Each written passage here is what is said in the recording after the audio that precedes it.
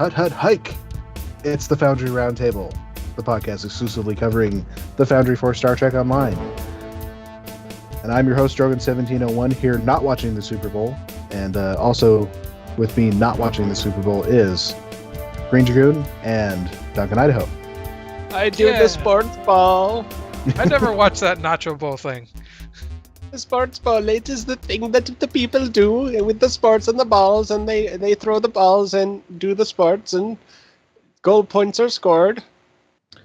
I'll tell you this, though. I just watched the teaser for the Han Solo trailer, which is going to drop tomorrow. Okay, my brain kind of went a little sideways for a minute. It's the teaser for the trailer. So yeah, the teaser for the trailer. God. So it's a trailer for a trailer. Super annoying that they're doing these things for now. Oh my god! But yeah, that hurt. My brain hurt. Yeah. It's just silly. It's what it is. But, I will refuse to watch the teaser for the teaser. I will just watch the teaser. Thank you very much. I'm going to get old and crotchety at this very moment. Back in my day, we just had one teaser. It was called a trailer. Trailers for trailers mean nothing. I realize that thing's coming out in a couple of months. I know. I'm looking forward to that one. Because I know not all of the characters will die. One will survive at the least very three. least. Oh, we're up to 3 now. Well, because we know that Lando and Chewie are in it. Ah, okay. I actually didn't hear that much. Heard that much about it. So I'm glad Lando's in it. Yeah. Yay! Played by Donald Glover of Community fame. Okay. So yeah. Yeah. That'll be interesting. So anyway, Star Trek. Yeah, Star Trek. That Star thing Trek. that we do here. Okay, so starting off here, Duncan found a bridge that actually works fairly good for Discovery, or Crossfield class types. Yeah.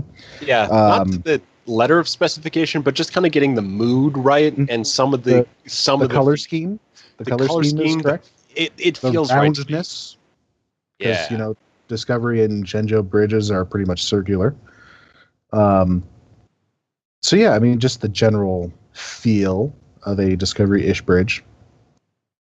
Yeah, and especially for something that you can kind of imagine in 24 or 10. For me, it just kind of works. So yeah, we're on that. It's from the C-Store pack that includes the Unity bridge. Specifically, it's the Unity bridge. So actually, I have the game open. I can actually look up what that pack's called. So anyway, it is something I do like, and we do actually have this in the Foundry as well. It's the Emissary Bridge pack, and it might just be called the Emissary Bridge in the Foundry, but it's definitely available. Not PAX. Primar started using this. And I think it's not this color scheme, but similar. No, it's going to be one of these slight variants, but it's actually not too far off. It's still pretty blue. It's not the super orangey one or yellowy one.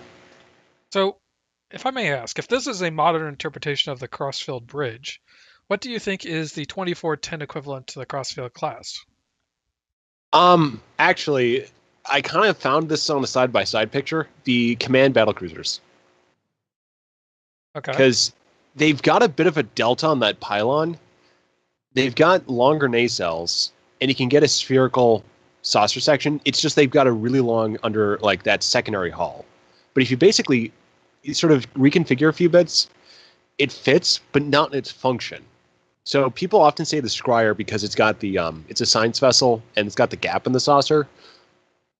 But for me, the command battlecruisers just feel a little bit better, especially if you're mixing Presidio and Geneva, or Presidio parts and I think Geneva. You're mixing the science and the tactical one. I'm just going to say there isn't one, because I think the Crossfield is a pretty unique design, and there's just nothing in the Stowe pantheon that quite lines up. You get a few parts here and there, but nothing. But nothing really matches the silhouette. Yeah, definitely. Actually, taking so many screenshots of it recently. Yes, I do know that. Yes. Yeah, and it I've been really well. staring at that models for hours on end, trying to find the proper angles, because it's a ship that does not look the greatest from every angle. There are a few ships that are like that. Not from every angle, but what I'm finding is that quite a number of them. Yeah, it's the angles that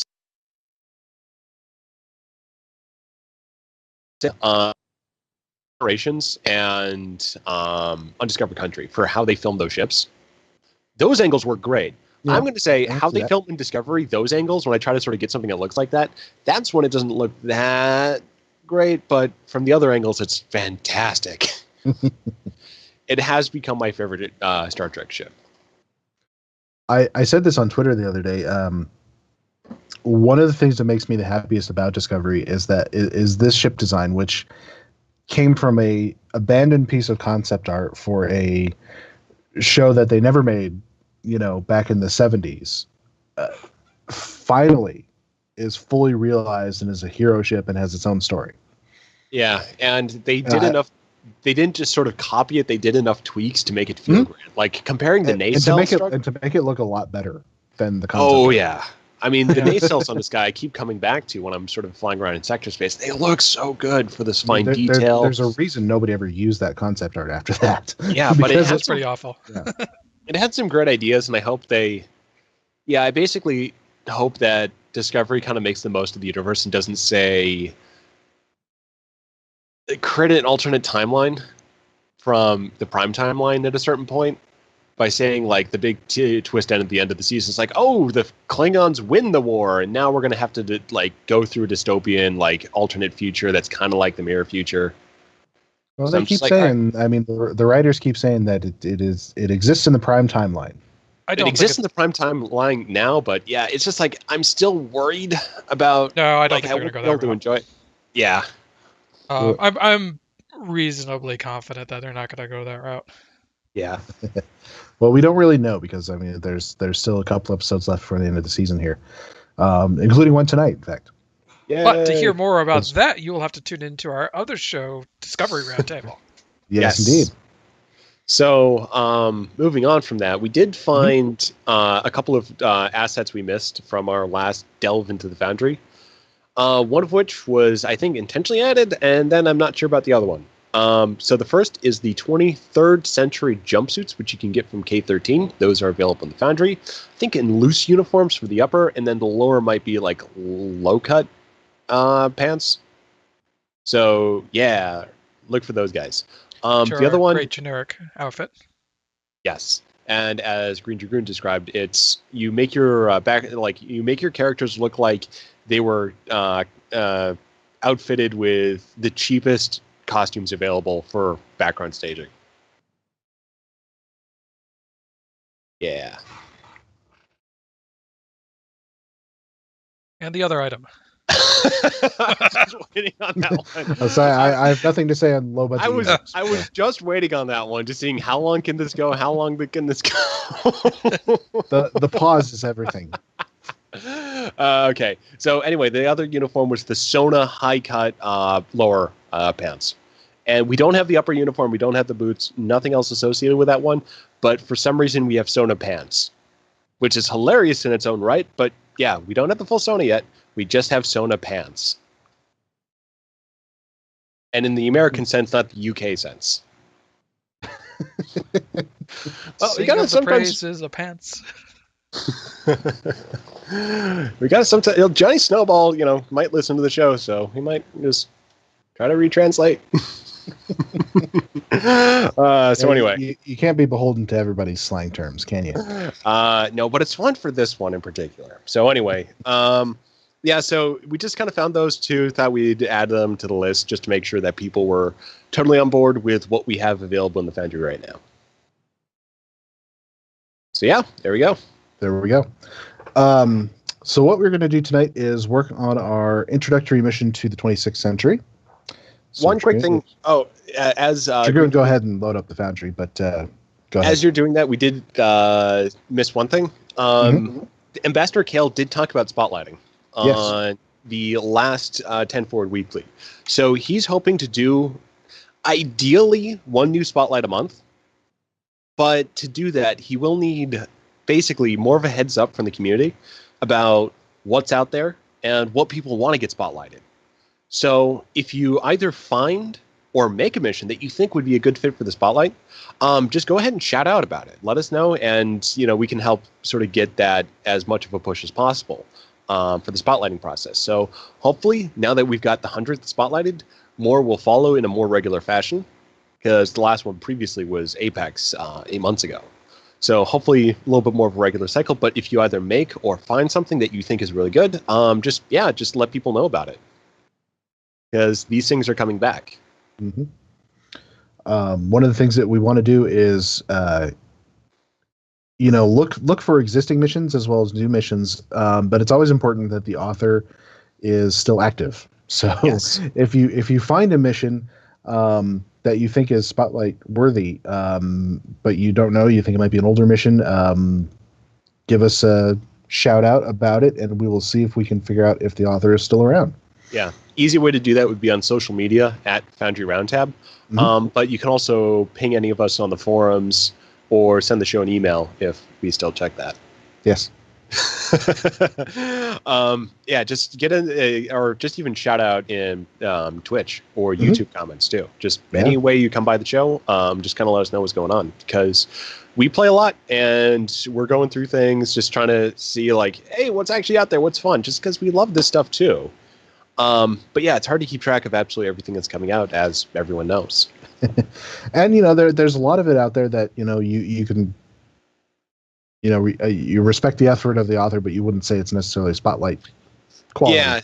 I have been looking through a whole bunch of quarters missions, basically people making sort of like housing or RP maps. And I've gone through about half a dozen so far, and nothing's caught my eye, maybe say wow, but I'm sure it's out there. Oh yeah, I mean, we looked at the the Atlas interior. Mm-hmm. Someone worked up. That was really good. Yeah. But yeah, something like that, though, probably not so good for a spotlight because of how much. No, that I'm just using that as an example. Oh yeah. There's a lot to sift through if you're looking for spotlight material, because I mean, it's like 100,000 Foundry missions. So. And yeah, it was funny. I was thinking about one to say, like, start shouting out about, like, hey, can we get this one spotlighted? Like, let's contact with the author. And then not only did we realize that the author's not really around anymore, this one was actually a spotlight back in the day, and it just fell off the list. So it's like, well, it would make a good spotlight. Well, I mean, it probably the same thing that happened to mine, which was there was one of those little things that keeps it from republishing in one of the automatic republishes, that it doesn't actually break the mission, doesn't actually come up as an error, just for some reason it doesn't republish. And the funny thing was that it may have been that took it down at first, but here's kind of the odd thing. The mission is live right now. That's why I started thinking about it again. It probably got de-spotlighted when they do the whole de-spotlight and then call in to get it re-spotlighted again. Oh, yeah. Yeah. I forgot they did do that, yeah. Yeah, so it probably fell off that was when they changed sector space, I think, is when they did that. Okay, yeah. And, so Ally Mac, if you're still out there, let us know. We want Mains of Belnar Moon back. I think someone who there's two authors that sort of just pop into my mind as spotlight worthy, who I'm not sure if they have spotlights already. The one we were talking about earlier is Starfire Theta. Yep. Good author. And the other one is happens to be in our chat room right now, Johnny Snowball. Yeah, Johnny Snowball. Yeah, let's get one of your missions up there. Didn't he Come on. do one of the Purity ones? Or am I thinking no, that was Photonomy. Yeah, he did one of the Photonomy ones. He wasn't in on Purity. Come on, Johnny. Pick a mission, Johnny, and maybe we'll recommend it for you. Oh, yeah. Well, yeah, it's one of those things he's too. He's got a few to pick from that are all quite good.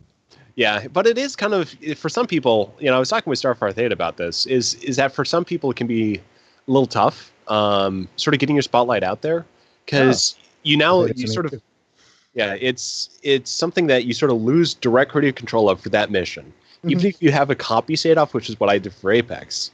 So I made that a KDF mission, but it's also something I can actually open and go back to in case I want to look at assets, dialogues, or maps. Yeah. And for our previous challenge, what we said is that we would recommend the winner for a spotlight, without guaranteeing, because of course the process was a big cluster when we did yours.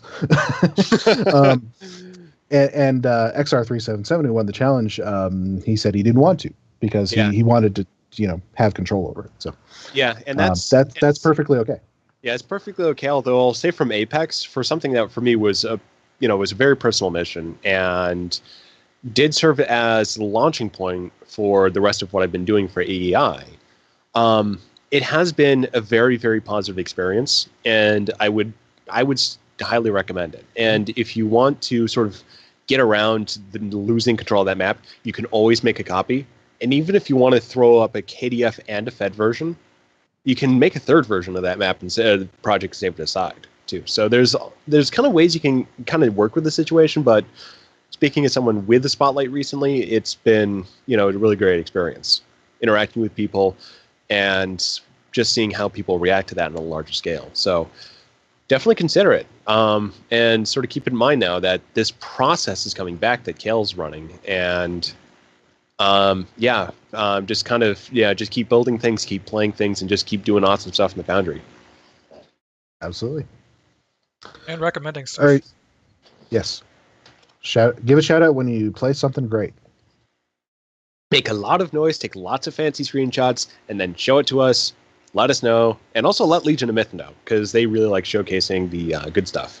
Mm-hmm. Bridge map. Wait, which map is right. this? This is I've worked a little bit on the side on our our shield generator interior. I really, really, really like that, because I That's was very thinking cool. that, like, at first that this isn't our Romulan bridge, but it I almost wish we didn't have to put walls around that.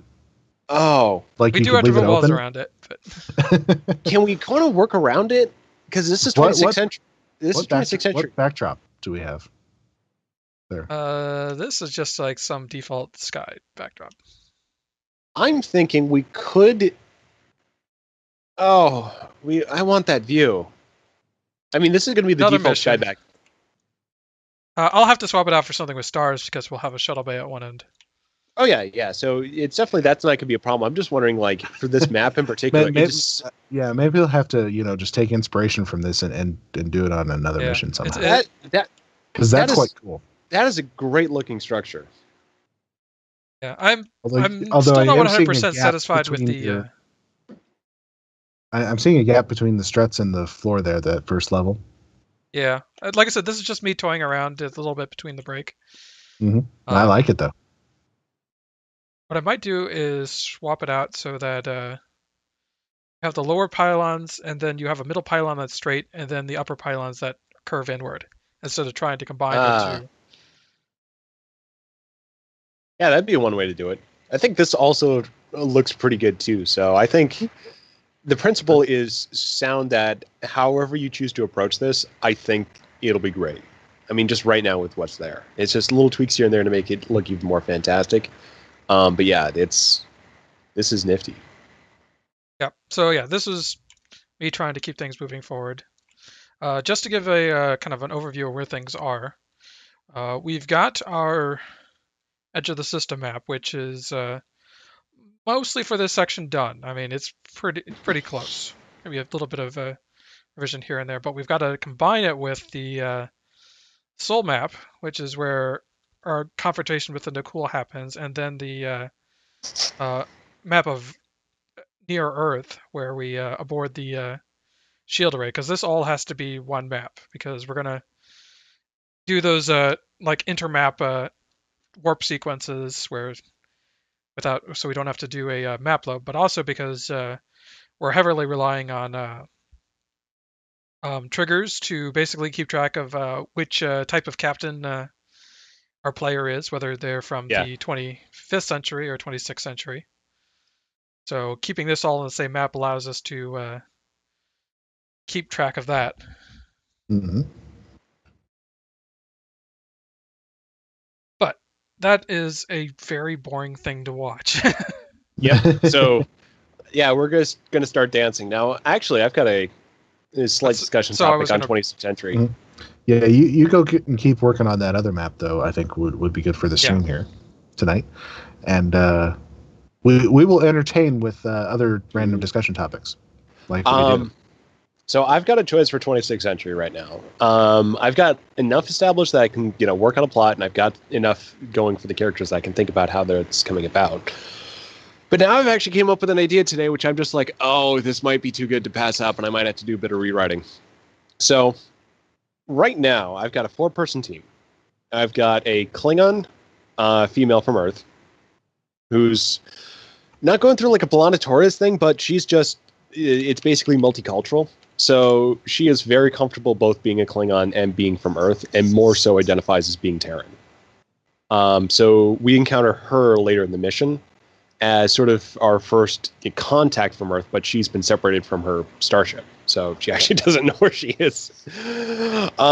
Then we've got a human, basically standard tactical officer dude, holding kind of the sort of nucleus of the team together and doing primary interactions.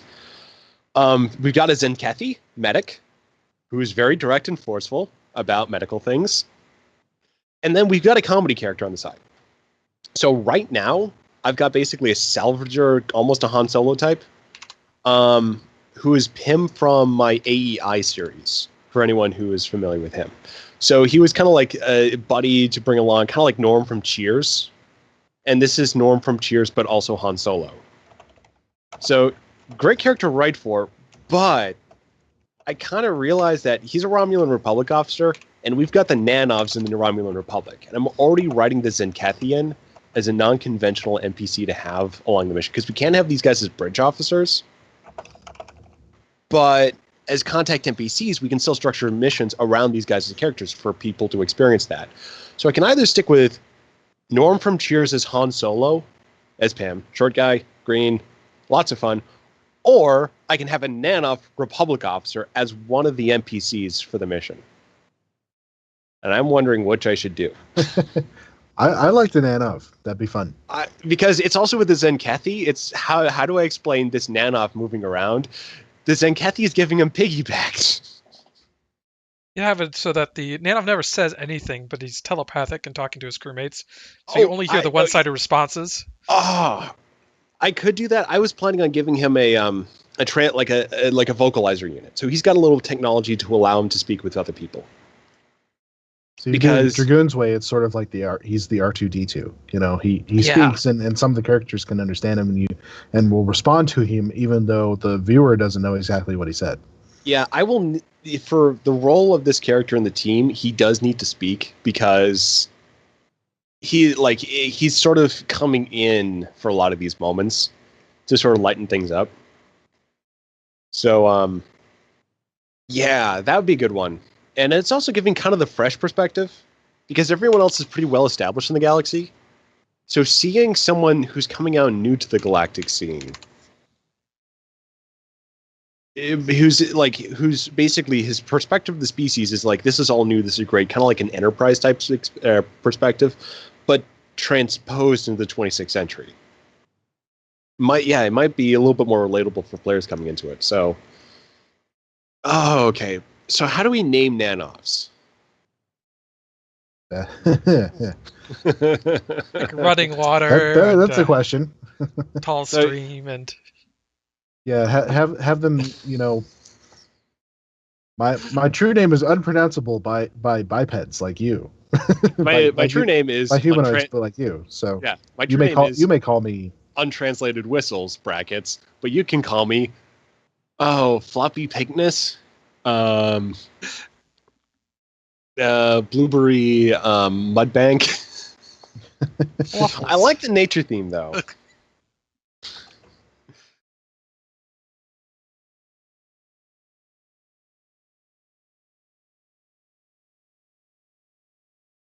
Yeah. I'm not going to go so serious as though like the Ripper, but I'm just kind of thinking for what Pax is just saying in chat. I'm thinking kind of like this, like to have this sort of this nature-based designation, which then you can simplify one level. So if it's Flubery Mudbank, for the mission, you just call him Flubery for the most of the mission. Oh man, I can basically just write him like a mattress from Hitchhiker's Guide to the Galaxy. Really simple, kind of simple and not necessarily he's not complicated, but he's very friendly. I just keep picturing that scene with the falling sperm whale and the pot of petunias, and the whole mental train of thought that goes on with each of them. Yeah, I mean, I could do that. Kind of like for the attitude, like Pym would be the bowl of petunias, and then the sperm whale would probably be the Nanov for the personality, but both kind of operating as the comic foil. I'm opening that project up right now. But yeah, okay, so yeah, I was kind of feeling like, oh, if I didn't do Pym, is Nanov a little too weird? But I think for a mission, like, you're not going to see this anywhere else. So I might as well make good on the opportunity. All right, so share a screen so you're not. Oh yeah, and actually for one bit, for one scene I've got right now, you encounter a force field bridge, and who's the comedy character objects to going across it because it's like obviously the aliens could be using this as a trap. So you just sort of like ask your team to handle it, and then Kathy throws him across the bridgeway. As a Nanov, that's funnier. I'm having way too much fun with this project. And this isn't even the one with Foundry. Well, yeah. I don't know if like you're supposed to have this much fun with the Why do you think we keep doing it? I'm throwing nanovs. Why have we been doing this for 5 years? You know, I'm having this in Kathy throw nanovs across the causeway. In all fairness, this project started out just as zany. I was gonna bring that up because so apparently, Dragoon's mom thinks this concept is a little, what did she call it? Bonkers. She doesn't buy the science behind it, and her exact quote was, "And DuncanIdaho is okay with this." Because she does watch the show on occasion. It's basically the Hitchhiker. It kind of feels to me like the Hitchhiker's Guide. That's kind of the feeling I'm kind of getting from our setting, and kind of like where the Hitchhiker's Guide actually has stuff established as a coherent universal setting. So it's a little plastic, it's a little fluid. The technology is much more it can be more fantastical, but I do think that might be there. We can make finding Earth a little bit more sensible if we don't assume it falls into an orbit. That might be a good move. Yeah. Because I've also got I have a species that can help make everyone not die. Well, I mean, that scenario. In fairness, I mean, they just generated an energy shield around the orbit of the moon. So technologically, I think Earth is advanced enough at this point to kind of preserve like the heat. Yeah. Of the, Well, we're thinking that everybody on Earth is not dead. Yeah. So they have a lot of people there who can figure out how to survive. Okay. Yeah, I'm just wondering if we need a little bit more help. I do have a species that's basically engineers for hire. That's what I was thinking. Like, wait, that actually be maybe a good connection, because Earth maybe won't have the material resources to do something like build fusion generators in orbit to basically simulate suns for the ecology. Because that's going to be the big problem, is that you might be able to preserve heat, but if you don't get a day-night cycle, that's going to cause plant life's going to die off and stuff. That's going to make Earth uninhabitable. It's a mass extinction level. I know, but let's assume for the moment that they could make fusion generators. They could use the shield generator to create a warp field. They can, like Deep Space Nine did. Oh, so they create a warp field and basically place themselves in an orbit. Yeah. Okay, there we go. That's nice, because and for sci-fi, the Puppeteers did that in Ringworld, so we're good. Yeah, I mean, Deep Space Nine did it with a station, so yeah, obviously it's a little more advanced, but they've already got the shield generators in place. And it's 26th century, and it's a desperate situation. Yeah, so, and if worst comes to worst, we can just say my builders helped. But that's up to the finale and what we actually say on that one. So yeah, I think that's a good solution then. So yeah, there are options. Obviously, they're a little fantastical, but yeah, I mean, I don't want to kill Earth either. Fantastical. The whales have to make it, and therefore the rest of the ecology does too, because otherwise Earth isn't Earth. Things can change a bit, but I don't want we don't know where the whale probe came from. Maybe we'll encounter the species that made it. Someone make that mission. Oh, like after the finale, someone now has to make that, and now that someone probably has to be me. I thought about at some point in the future, like doing this is what happened on Earth. Yeah, that'd be a good one. Like we're thinking about like that for short stories too. Well, what I'm making, I envision it as a series of like, basically patrol missions, real small ones, and I could utilize some of this stuff. Okay, so Nanov character, do we want to go pink or slightly purple? I'm gonna go pink. Sets him off from Zenkethy a little bit more.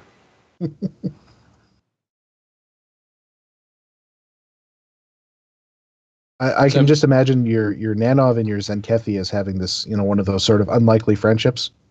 Yeah, and that's what I was actually I did for my last mission with Pim, and another native from the planet they were exploring, which is actually one step level. Like it's one step beyond what we're doing here. I created an entire subspace domain that housed 3 planetoids apart from reality. So I guess what we're doing with Earth is perfectly okay. We're just moving one planet in normal space. We're not shooting a planet to at right angles to reality. Size matters not.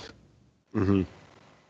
So anyway, though, I have a lot of experience writing that because that was kind of one of the core dynamics for that last mission, and why I've kind of gone back to Pim because he's a good center point for that type of thing. But I was kind of making it between like him and him and the main tactical human. And him just sort of like not being sort of in that one way, like him and an unlikely friendship, but him and the whole group. But that can still play off with the Nanov, and it gives the Zenkethy a little bit more to do. Because he's transport. Okay. What do you guys think about this? Okay. Move the generators off to the side for a bit because I was working on the struts. That cell looks good. So you use the vertical ones on the second level? Yeah, so if you look at the side, they kind of curve. Yeah, straight in the middle. Yeah, the curve looks right. It's just now that like they're actually slightly different sizes. Yeah. So those ones on the top, actually, here you go. The ones on the top are the large variant. The ones on the previous 2 levels are the smaller variant. So you notice that everything else. I think they're both the medium variant. Okay, you might want to. Yeah, just double check that. No, you're right. It is a large variant. Yeah. So that fixes it because otherwise it looks like it looks really good, but I kind of noticed that there was that disparity between those 2 types. So yeah, once you do that, it should look perfect. Throw it out away. Get rid of it. Crap. Not right. No, it's fine. It's because I copy paste to spread them out. Yeah. I just realized that I loaded up the Foundry on my standard Federation test character for my Klingon mission. It's like, I'm going to play this map. No, you're not. Or I could try it. Like, I could just switch allegiances, try it, and then just get shot by everyone. That's actually fun. With the first time I was making a mission port, I switched the factions around, but I forgot to go back and switch the NPCs around. Like I had actually changed all the dialogue and did like the heavy lifting, published it, then realized, oh crap, I'm killing everyone. So I had to go back and change that one. Here we go.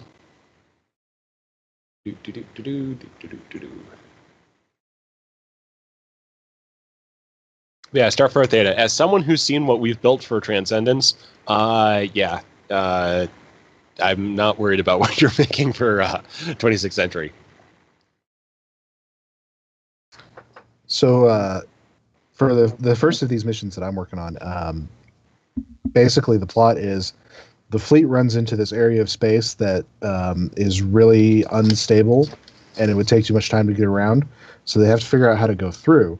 So they send you, and this is for a Starfleet mission, and they send you and a Republic warbird and a Klingon ship on different trajectories to see if you can kind of scout for safe locations through this area of space that seems to be very large. So I've been playing with backdrops and nebulas and all kinds of crazy stuff. Just to try and make something that looks really unique and really dangerous looking. Go with fluidic space on the custom backdrops. Exactly. Yeah. Yeah, I use that for. ahead. Yeah, I use that one for Epoch Part 2, which I still am working on. The project still exists. Yeah, for this my project, I've only got the one space map, but it was that it was the first. It was the map I was working on when we first discovered that in the Foundry editor we could actually have some lighting in Lighting 2.0. So that is my only space map, but I put so much time into that one already. It's just like it kind of hold up the whole project because it's got a lot of different aspects to it.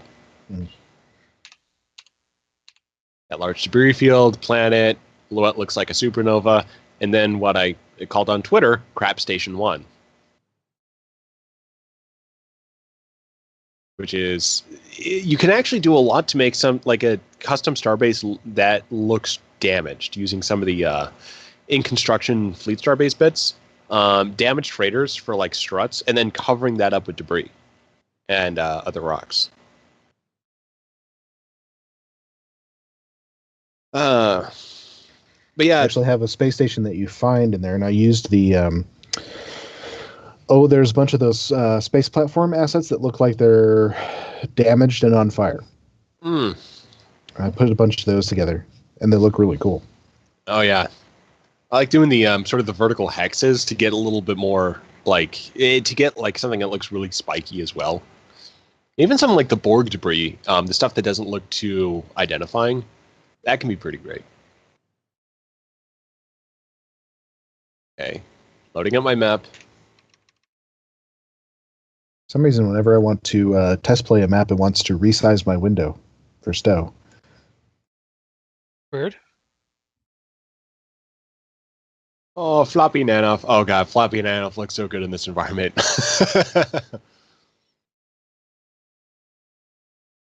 Actually, is floppy a good name for a Nanov? Like, would you make it so that someone else gave the Nanov the name floppy and told him it was a term of endearment? Or like it's kind of like it's his like I'm still thinking the translated name works well, so it would be floppy something. So floppy riverbank, and then it's shortened to stands in water. He who stands in water. Oh, I had Pim sitting on a bench, and now I've got the Nanov sitting on a bench, and it looks so adorable. Oh god, and he's next to a religious procession, and I can now have that as dialogue. Of him making floppy noises and the locals getting mad at him. So I've been thinking, obviously you're creating some rather memorable characters here, so I want to try and give mine some characterization. So I've been thinking that the Klingon ship and the Romulan ship that are sent out in other directions to scout this nebula area would be, have character, the captains would be characters that would recur, on my other patrol missions. They would continue to work with you. So these two captains, and try and make them into interesting characters. And I thought, maybe for the Klingon. Okay, so when we're all sent out on this mission, you kind of figure maybe it's a volunteer only kind of a thing. Maybe he's the one person who was ordered to go. Yeah, that's really resents it. I was working that angle with Captain Ross, our temporal agent, of him being blackmailed into going. So yeah, that's maybe they can bond over this. you always see the two of them in the lounge on the Enterprise J, just complaining. They're the two old guys complaining all the time. Oh, that's a good one. I have to figure out a reason why he was ordered to go. Maybe it's a punishment. he really pissed off like certain people at the or he was really he was a Ross type officer. He had an affair with the chancellor's daughter. Oh, I'm just thinking like he was so annoying because he always he was gleefully malicious with how closely he followed the letter of the regulations. So he would just do things in a way that basically it's just like the times when they just like, well, let's follow the spirit of the regulations. We don't need to do this. He would basically just be the person who would point out like, no, we got to do it this way. And everyone just groans. Now they go through basically, he was Worf whenever he was around other Klingons. Yes, he was Worf around other Klingons. He's that kind of Klingon. He's the Worf type Klingon, but takes glee in how he's not getting along with people. He's basically like, this is how Klingon should be, and he knows exactly what he's doing, and he's still doing it anyway.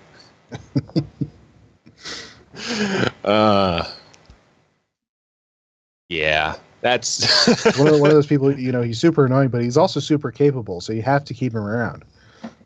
Yeah, you can't just demote him. You can't fire him. He's good to have around in these situations, but he is the one who comes back and says, well, I mean, according to the regulations, we had to give the Federations this planet because it was negotiated. And the Klingons just like, couldn't you just, made more? No. Now they have their chance. You gotta go. No is his catchphrase. What do you think? Looks great. Looks great. Need some walls. But needs walls, but this interior structure looks fantastic. What do you guys think should be on top of this? Because I can't really extend it up because they have different bases. Bring something down from the ceiling. Yeah, I mean, actually, Starbase. Ooh, yeah. Use the little starbase. The player starbase. Yeah, player starbase. I was also thinking original Earth space dock might be like if you're bringing that down and have that merge with the core to make it look like we've got a really big core. I may not be able to extend this up high enough. Well, I'm not thinking that you have to extend it all the way so you see it. It's going to be penetrating down through the ceiling. Yeah, but I'm just thinking this might be a little big. But I mean, we could try it. You got to raise that all the way up because it's going to be the problem is that there's a ceiling of 150 on this map. We're already up. Okay, yeah. Then one of the player star bases might be a little bit easier to work with. Try it. I'm gonna Okay, those aren't very big at all. That's a good size. Mm-hmm. Actually, I just hit the dialogue where the Zenketi throws the comedy guy, and it is so much better with the Nanov.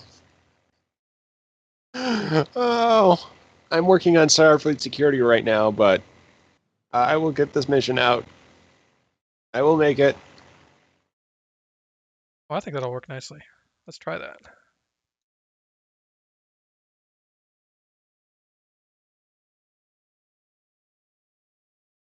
Have to test it out on the side.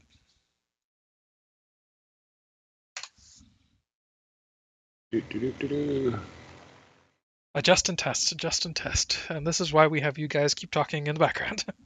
Dun, dun, dun.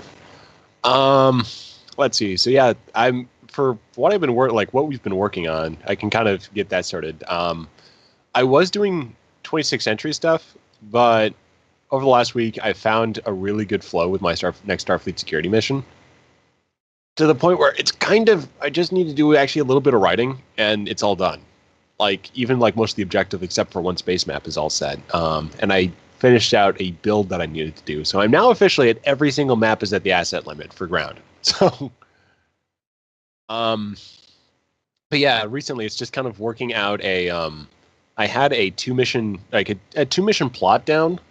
So the first mission about the sky, you go through we're investigating something. Oh, it turns out it's a big galactic threat, and we'll deal with it in the next mission. And that was really hard to work on. I've been trying to do that for a while. I got to the point where I could get that done in a week. Then we started our 26th century anthology, and then I put that aside and started working on 26E. Now I've kind of come back to it because I realized that I think people are really accustomed now to that plot. Specifically, you do something, it turns out there's a big threat behind the scenes, and then you end on a cliffhanger, and then the next mission deals with that threat. And I think we can actually make use of that expectation to just get to the point in one go. To actually create a really solid and cohesive mission rather than trying to do this build-up. So that's what I've been doing over the last week. I've actually working that out as a single mission. So now I've got something that should be pretty fun for people. That's revisiting a bunch of Stowe things, one of which is the Iconians. Because I was planning on bringing them for the next mission, but now it's just like, hey, got a great intro. So, yeah, I'm starting to write a lot for the Iconians, especially like how their relations with other species have evolved since Midnight. And that's been really fascinating to get into. For like the Iconians actually behaving. At the same time, you're not quite sure on them, but they're like their perspective has shifted. So working on that's been pretty fun, especially in the vein of an SSF mission, because it's always like I've found that faintly ridiculous for certain things works pretty well for that format. So writing comedy dialogue with an Iconian and Admiral Quinn has been great. So, yeah, we got that. Also, but still doing some serious stuff. Like, without wishing to spoil anything, there is a gut punch coming. It's a small thing, but it's with an Iconian. The Iconian has this moment, and it's just kind of the, oh. So I don't give that to an SSF character. I give that to the Iconian. I started writing that bit, and that's been pretty good. But just to kind of go back to and just sort of like, think about the Star Trek plot, think about the major themes going on there, how I can kind of counterpoint it, relate it back to this mission. And it's a mission that, it's got Starfleet security, it's got the Iconians, but then it's about something else. There's something else really at the heart of that. And I think that should be a good one for players, particularly of Stowe on the Fed side to see play out. So sorry, I was just having this vision of this British show, and I don't even know what the actual name of it is, but it has this line in where there's a couple of guys in Nazi uniforms, and one of them looks at the other one and says, I know that. "Are we the baddies?" I know that one. and I have this vision of a couple of Iconians looking at each other. Are we the bad guys? Yeah, that's a Mitchell and Webb look, with David Mitchell and Robert Webb. So yeah, I know that one. It made its way around on Twitter as well, because I think Zero made the reference. It's pretty funny. But yeah, it's kind of like, especially when you get to the other Iconians, besides Tiket. I don't mention Tiket in this episode, or the one that we killed off. It's the Central Iconian who has come to visit the Federation for what's basically a token diplomatic thing, so we can basically go through the motions of having normal diplomatic relations. This is one of the Iconians. Since the Oh no, this is in 26th century. This is in 26th century. This is SSF. So main timeline. Yeah, for 26th century, I put an Iconian on the ship and named it 04 because it's in a room full of zeros, and I chose the pink one. But the anyway, the this is in basically the current moment in Stowe. So it is basically one of the, like, you're having a conference, like it's not a conference, it's basically just an exchange of what you think is a preserver artifact. And you're basically, everyone's just going along with it. It's basically a hunk of rock, and the Iconians are like, oh, we'll accept it. The Federation's, oh, we'll give it. It means nothing. But it's an opportunity for everyone to kind of come together and kind of go through something that's somewhat normal. So then other things maybe can start happening with diplomacy. So it's a really tiny first step, but there's a lot there to saying how things have moved on from the perspective of another Iconian and the people around her. So she's got Herald, and one of those Herald isn't the species of Herald that we know. It's a species that the Iconians have helped uplift, like, once they returned. It's the other side to their plan. So this is an individual who, her planet was completely wasted from basically Romulan and Klingon back and forth Imperial expansion. So when Hobus went supernova, the Romulans were holding the planet, and they basically just were abandoned. And they had no resources left, little technological base, ecology is in tatters. And the Iconians were the first to actually show compassion for them.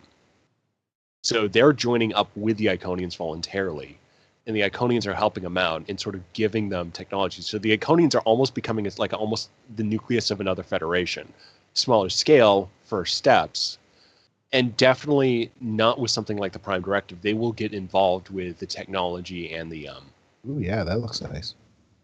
Oh yeah. Oh, that looks good. Put one of those little starburst things inside it. Oh yeah, that.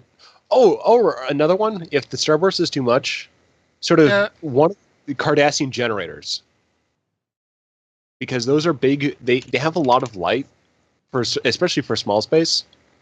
But yeah, it's the Cardassian generator, specifically the one that doesn't have the consoles and still has the moving blue or purple bits. Because you'll be able to see. Yeah, you'll be able to see parts of that through the starbase. Yeah, that one. Yeah, that's a lighting source in Lighting 2.0, and it's a big lighting source. But yeah, if that can fit like within the other generators, that should be good. But yeah, it might be a little too big. We'll see. Yeah. We put it up inside where the starbase part comes down. Yeah, no, not all the Iconians are named Duncan. That's from our chat room. Yeah. I was like, wait, what? What? Oh yeah. Oh yeah, just catching up with Bloodleaf. Wow, yeah. No, they're I'm the clones, not the Iconians. No, it's all the heralds that are named Duncan. Yeah. But anyway, though, with just what the Iconians are up to, there's sort of this nice sort of connecting. There's a nice story you can tell that's small and you can kind of have off to the side about what's going on. Something. Bring it down. Oh, yeah. Bring it down so the base is kind of obscured by the generators. Yeah, like it's sitting on top of the... Yeah, and what's nice is that the bottom has a layer to it, so it's not transparent. Yeah.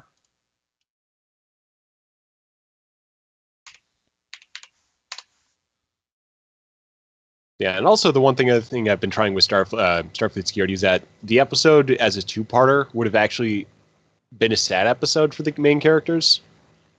And making it a one-parter, I no longer need to go through that, like, the down and then up. I can basically just stay up and actually get to the point of having a particular duo as the center point for a series. So actually, almost basically justifying this is why I'm writing this as a double rather than a single mission or single character mission. And that's been fun because it's the two-way banter and then interactions with other characters. Especially with how I just coming up with fun ways of introducing characters again. It's basically, since I've written 15 of these now, this would be my 16th mission if it's published before 26th Century.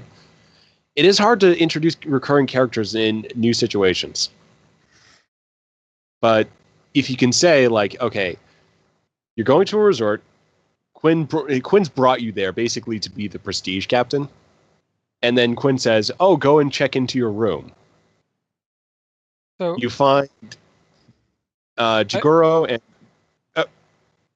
I noticed something, guys. Oh, what do we got? I am no longer receiving the error when I preview. And my You mouse know, work. I was just going to remark on that because I'm in the Foundry here too. Oh. And I haven't noticed. We're not. Oh, okay. Yeah, I didn't notice that, so... that's gone. Oh, but yeah, that is a nifty generator, especially with like, oh wow, like on the ceiling. Got the lights. The lights are being So you get the lights, but they are partially obscured by the starbase. That looks really good. Almost like it was like hastily constructed. Yeah. Like my only complaint is that the color scheme doesn't really match the Romulan generators. Yeah, but I'm going to say that the Romulan, the color scheme doesn't match, but that might also factor into it. I just don't know. I mean, say it was it was hastily modified, partially using some Romulan tech. Or you don't even need to draw attention to it. It's just that it's been improvised. And we've certainly seen green stuff from the Fed before, like in certain things. So when they're like messing around with engineering. So here's a thought: what if I stacked a couple of these Cardassian generators on top and extended the starbase all the way down to the floor and got rid of the Romulan generators? So it's kind of like a partially sealed warp core, almost. That might look really fantastic, and I know those can stack because I use those star bases in space for a really long stack, and that's worked out really well. I'm wondering though for the base if we want to do a little we might ultimately want to add more detail around the base, but I think that's a solid plan to get started. Here.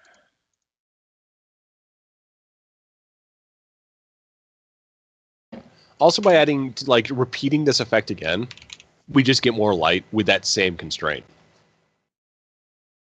Yeah, see, because I'd love the light to extend all the way down. Yeah.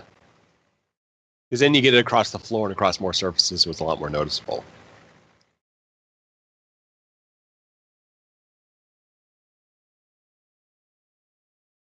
Okay, let's give it a shot. Yeah, like the civilian generator you're looking at, it's still missing that front piece. Yeah, I noticed that. Like on one of the faces, yeah.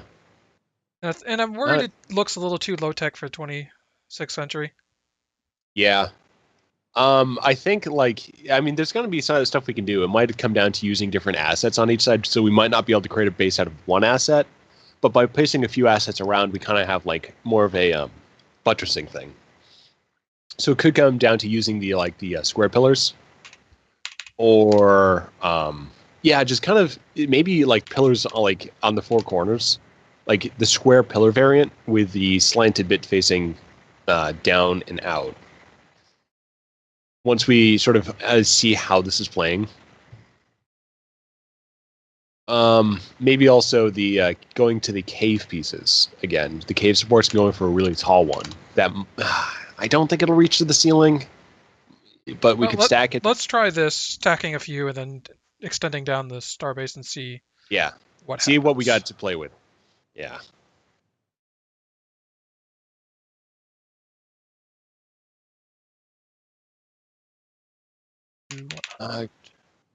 Goodbye, Floppy Nanov. I'm going back to my SSF project. Let's see. So,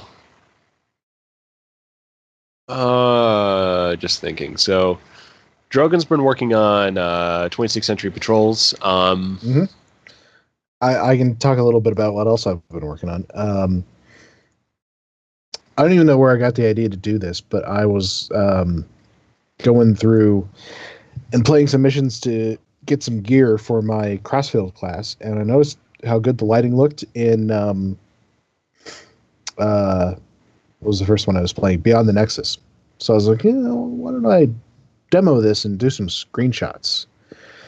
And so I worked up some screenshots, and I decided to do it in the aspect ratio that movies do, so 235:1. And take them at obviously render scale 5 and what have you, and all that fun stuff. Guys, and that looks really cool, Drogyn. Yeah. Maybe put some consoles around the base of it. Oh my god. And the base of that thing looked really good. So yeah, I think Drogyn's idea, put the consoles there. I think for the superstructure, that's perfect. So maybe just consoles and on small consoles on the four corners. Boom. Very cool.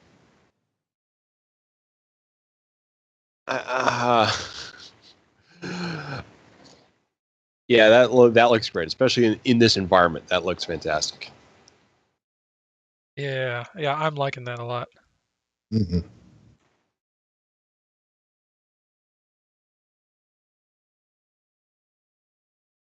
What's the chat room think?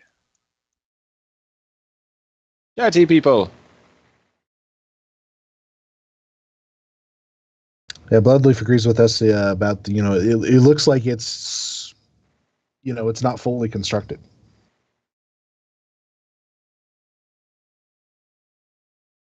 Well, I mean, that kind of fits in with it's a Rust job. I mean, they've only had like, Mhm. what, a few hours to bring Yeah, this to thing online. Yeah, retrofit the bases, finish off, just like, get it done.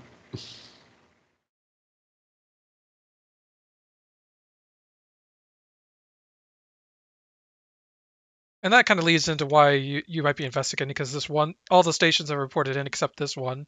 And so you're lead in to find out why they aren't online yet.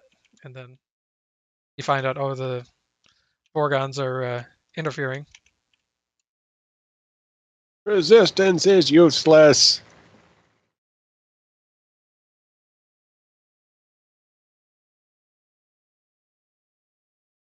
Let's see. Is there a ground backdrop that gives a nice sort of nebula look to the sky? Yep. One of the it's the night backdrop with the red lighting, and actually, I can light that one up because I use it for one of these. It is backdrop exterior night 05. Oh, fun. It's got like a red nebula in the backdrop, and the lighting is still kind of you get the starfield, but you don't get like I didn't notice a clear horizon with it when I used this for a sovereign interior project. Well, see, I'm going into the interior of the space station, and I want there to be a little bit where you can look out at an exterior portion of it.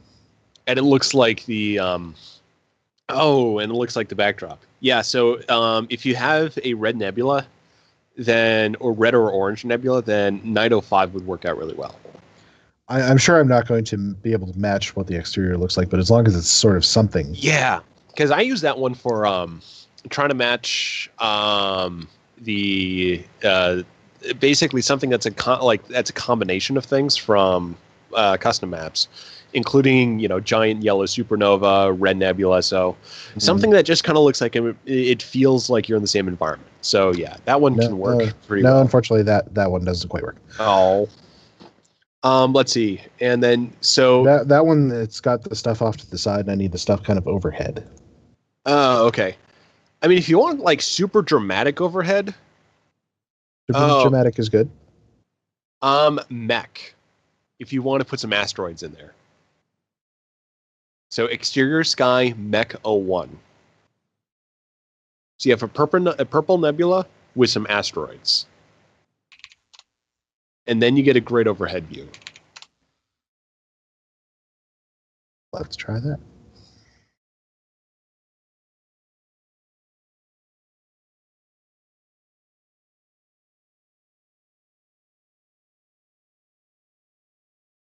I think I was using that one for Epoch Part 2. Yeah, I think I was using that one. Yeah, and it worked out pretty well. Let's see. The lighting came in strongly from the side on that one, but you still had a lot in the sky. But that might be a different one. Oh, yeah, because I think I was using Forging Bonds for that one. Whereas this one's going to be a lot more sort of day. It almost looks daytime. So if you need something that looks a little bit more night, let's see.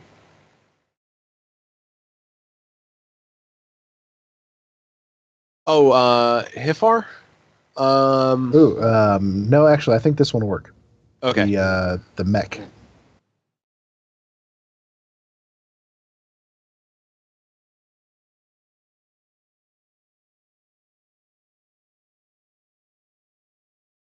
Yeah, excellent.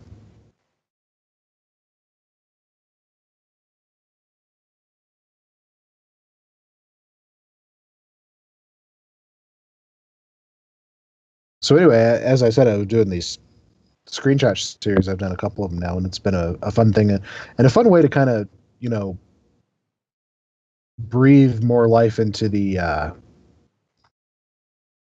old missions that I've played a million times.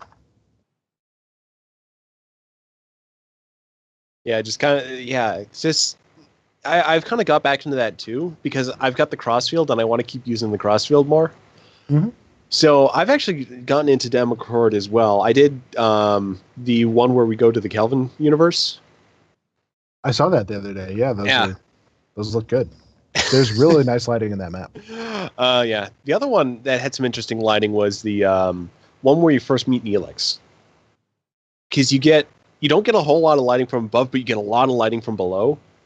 So you can basically get, like, depending on how you angle the ship, you can get some pretty nifty effects. Although for that one, I was actually spending a little bit more time. I took a video of myself in combat, and I was trying to use the effects as they're happening for the big torpedo strikes, the big science abilities, and trying to use those to create some great screenshots. And for one of those, it was just like, I might, like, if there's a Discovery book cover, it kind of that feel. Where it didn't feel like something you'd actually see in the game. It just felt like almost an art piece. Because it was just like this neutronic torpedo going on, detonating in the background.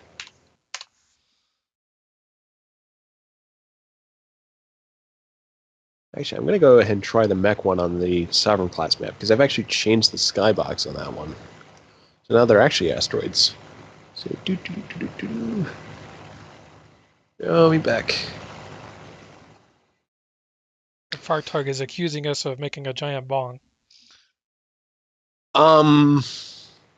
We can make it multiple things.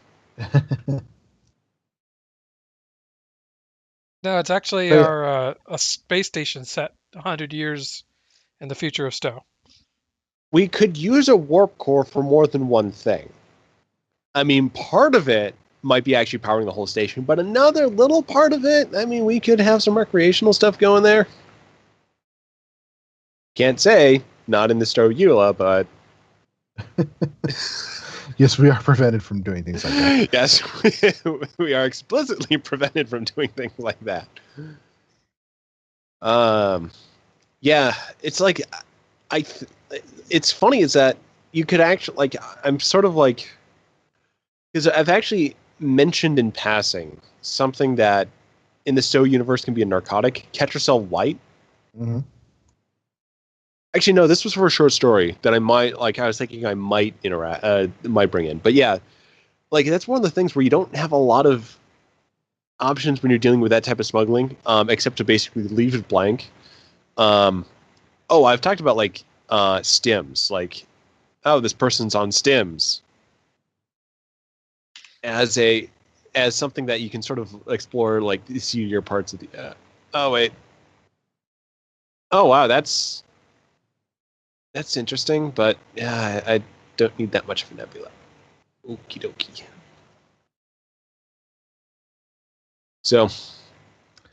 I have discovered something that works very well as a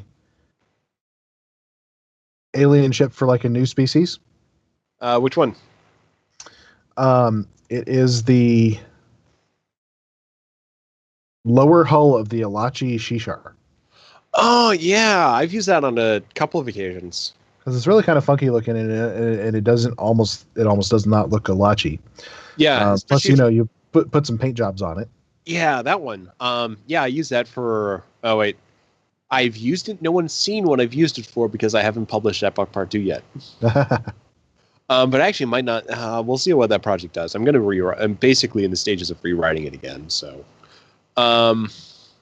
because I kind of want to get my current projects out of the way to see what that comes to. Because it's like, well, there's certain things that I could kind of do for Epoch right now, but that would just be retreads. Like, it'd be like the mission concept isn't close, but it feels like, well, if I'm getting to that point, I might as well make it a little bit more neat. But anyway, though, that is a good option. One thing I found is actually going through the list of the NPC contact ships. Because there's a few ones there that we don't have for the Space Tailor that actually just make good standalone vessels to put in there. Mm-hmm. I mean, we've got the classic examples of the generic ships, but one I like is the Hierarchy Battlecruiser. Yeah. Because we don't see that a whole lot. The one that I always had planned on using at some point was the Kobali ships. Oh, those two. Yeah, they're not the Samsar. They're two sort of other ships in there, and I think they might be actually from canon designs from Voyager. Yeah. The let's see. Let's see what else we got.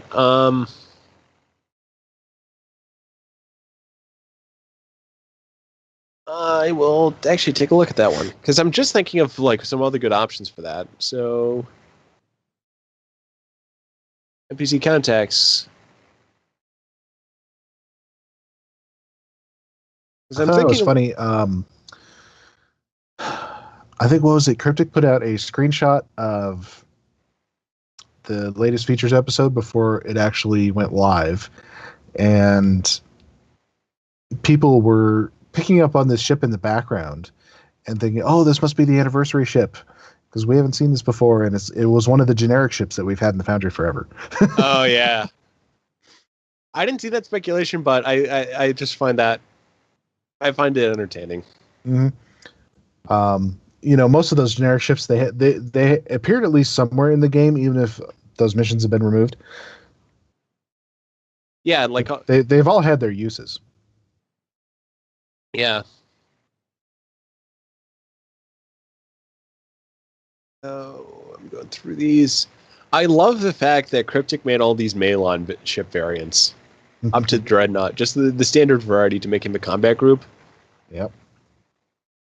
Because it's just funny. I mean, with just almost how cartoonish they are, to the point where they're basically a Captain Planet villain, where their ships only do one thing. They're built for one thing. Galaxy it's very hats. Yeah. We actually still have the old Romulan. Oh god, the original Romulan scimitar is still in the Foundry. Oh god.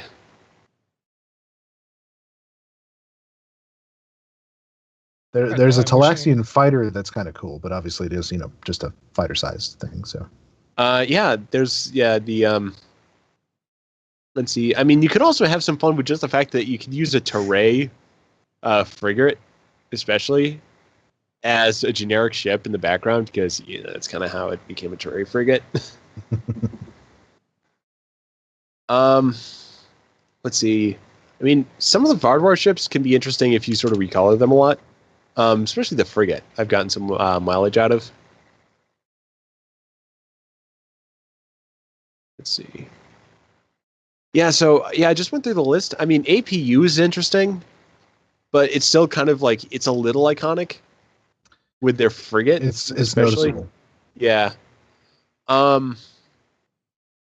Green, you can actually actually one thing I can say.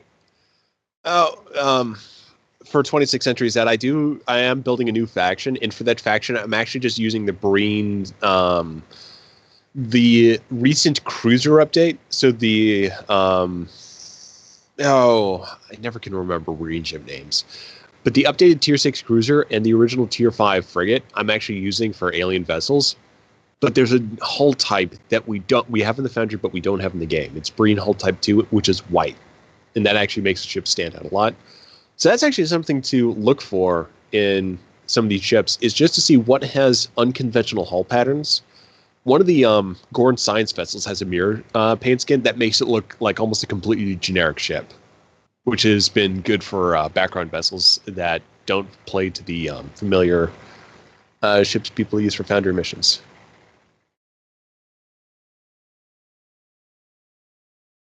So yeah, actually, a lot of those like Klingon ships, like the Orion ships, like some of their like the fleet hulls, those can make those ships stand out a lot.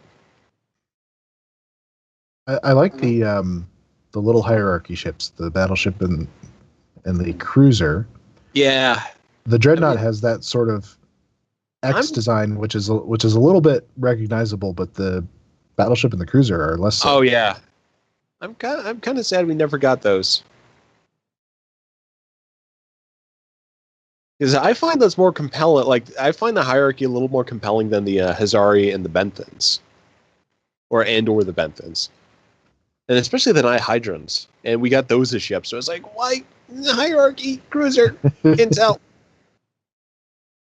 Kind of just fits. And they're funny, and we got a bridge officer. And we got the customization options for aliens, so we can make more bridge officers. Oh, we also had the Glecki. Forgot about those. Yeah. I always wanted to So- see GOM2 added to the game. Oh, yeah, and I'm seeing what Drogyn was talking about with those Kabali ships. And yeah, those are very different from the Samsar. And yeah, just throwing those in, yeah, that... Mm-hmm. There's also an Alachi frigate in here in the NPC list that I'm not sure I've ever seen in game. Let's see. Oh, we actually have that one in the Foundry. As it's, yeah, we have that. It's like a pet, though. So it's not So- actually frigate sized. It's actually like it's big. It's just it's like it's the frigate hangar pad. So it's a big hangar pad. Mm-hmm. So yeah, but the smallest Okay, thing we have that's I see what you're flyable is the escort. But yeah, we actually can customize that little guy in the table. Well, I'm looking in the NPC context list, but maybe I should Well, look at it I'm too. looking at that ship too, and I'm saying that ship is also in the contact list or in the Taylor. Oh, just placed down an NX escort that I didn't want. I mean, one thing too that the Feklir ships, those would also be a good one, like the cruiser, if you need something that's a little bit more angry. The battleship's a little iconic. Oh, but and the dreadnought. Oh, the dreadnought's just fun though. And I don't think we see that anymore. Because this was like the first time I saw the Feklir dreadnought was the old no-win scenario, and I don't know if these guys are in the Dreadnought Gauntlet. But yeah, the Feklir ships are pretty fun. I just think the one thing that I think stands out about them is that I think they get the engine effects if you use these guys, and that can be pretty identifying. Oh, and all the generic ships. Some of these are pretty nifty, though. They work really well for purpose. I remember when the was it generic? The generic battleship used to be the battleship for the Hirogen. Back before they had any Oh, political wow. ships. Yeah, I'm looking at. I think I'm looking at the battleship that was. Oh yeah. Well, and it used to pop up in the exploration system. Now we're digging into the realms, the pages of history here. Yeah, back when I was just playing the game. Back before there was a Foundry. Actually, for me, there were since I started with the second anniversary. I think there was always a Foundry. Or was the Foundry? Was the Foundry live for the second anniversary? I want to say it came up. It's only a year young. The Foundry's only a year younger than the Than the game So itself. So Okay, wanna yeah. say- So it was. Yeah, because for me it was like I can't remember a time where there wasn't a purity. Or that was kind of like my first becoming aware of the Foundry was Purity 6, a Cardassian mission, like a mission where you go back and do some stuff with the orb of the Bajoran orbs that I can't remember the mission of, and Maids of Balnar Moon.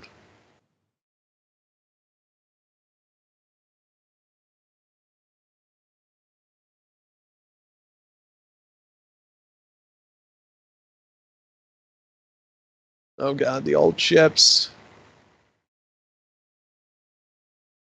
Actually, I'm looking at the D-Deridex. I think that might be the new model. I gotta look at the Romulan. There still might be some of the old model that remains. Okay, yeah, so I'm looking at the D-Deridex, and I think that's the new model that they updated for Legacy of Romulus when all that became playable. Oh yeah, these are definitely the new models for the I'm just still looking at the NPC contact list.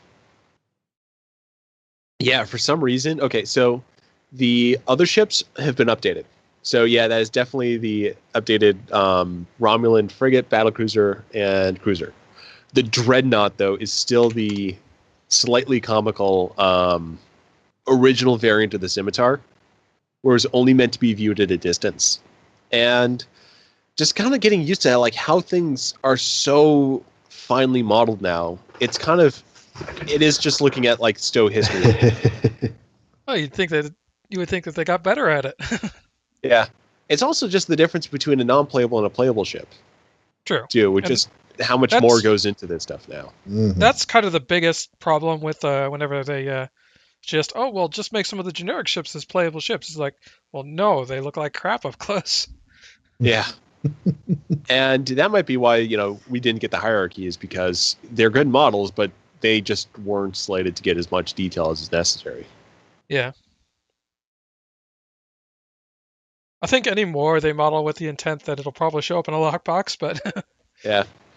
It'd be interesting to get like the Fekir cruiser, I think, especially since we had the battleship. That would be an awesome ship to get at some point for the KDF. So Cryptic, if you ever need a frigate for KDF, give them the Fekir cruiser. That's a great ship. It's an awesome design. I want that. My takeaway from this show: I want that ship that we have, but we. Anyway. But yeah, right, it would just do you be guys funny. like the direction I'm going? I'd be going a Yes, lot definitely. with the holograms. Yeah, I think it looks really good. I might do a little bit more austere. So, like some of the I think there might be too many consoles. Yeah, I'm thinking that too. And too Maybe much light, something- and especially with the science console, it's really bright. Maybe take out every other console there. I'm just wondering, like Leave some of the tiny consoles, I think work great. I'm just wondering though, do we want to use this console when we use this pretty heavily for the Romulan bridge? Because we did. I'm not feeling it because, well, yeah, it's 26th century. We've got the core, which is clearly under construction. I almost kind of would go with maybe this technology isn't so shiny and new. Yeah, especially since we Use do some of have the like generic consoles. yeah, and the Federation aesthetic in the 26th century is definitely industrial. Yeah, in it's its pretty look. stark. I mean, yeah, and just remember when we did the in what was it, the last mission Ragnarok, where there was that one section when we were interacting with that power core on the Enterprise J. That was almost steampunk, but in sort of like this really interesting way. So I think like maybe playing around, making this look like futuristic industrial might be the way to go. Like it's not clean. It's clean, but still there are pipes all over the place. Yeah.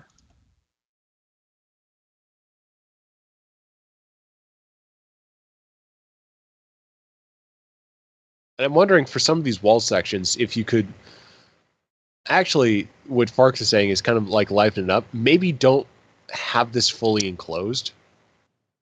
Like on one of the, I'm thinking on like the sides, the two walls that are completely horizontal, get rid of those.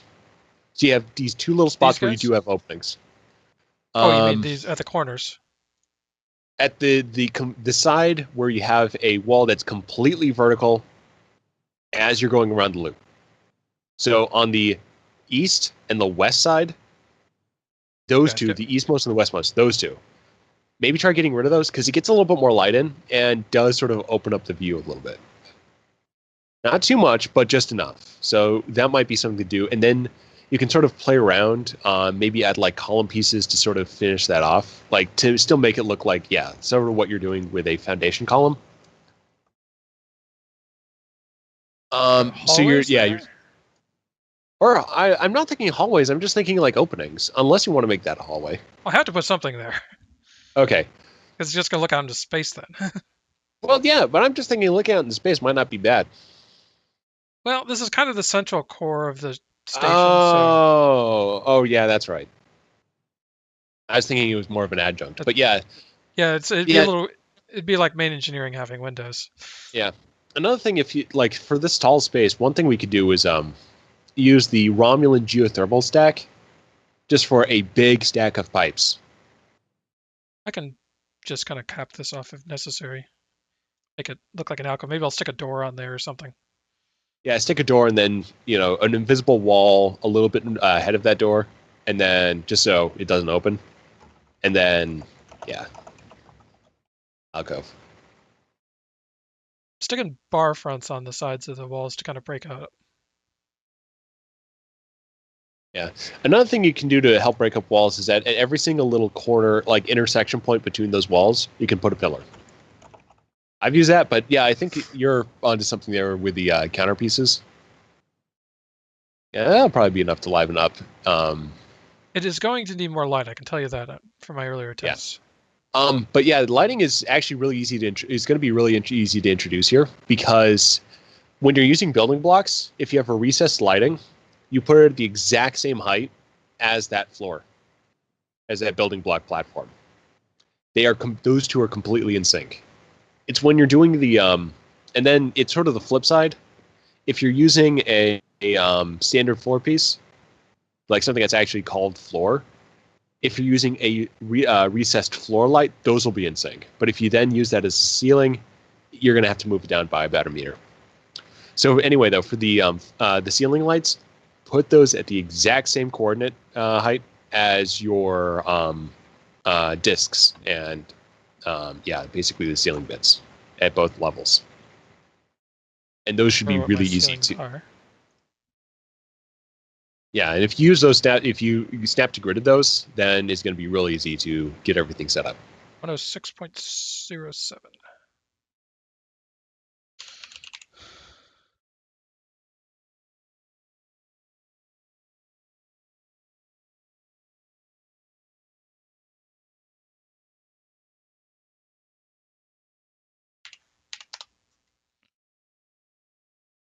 Okay.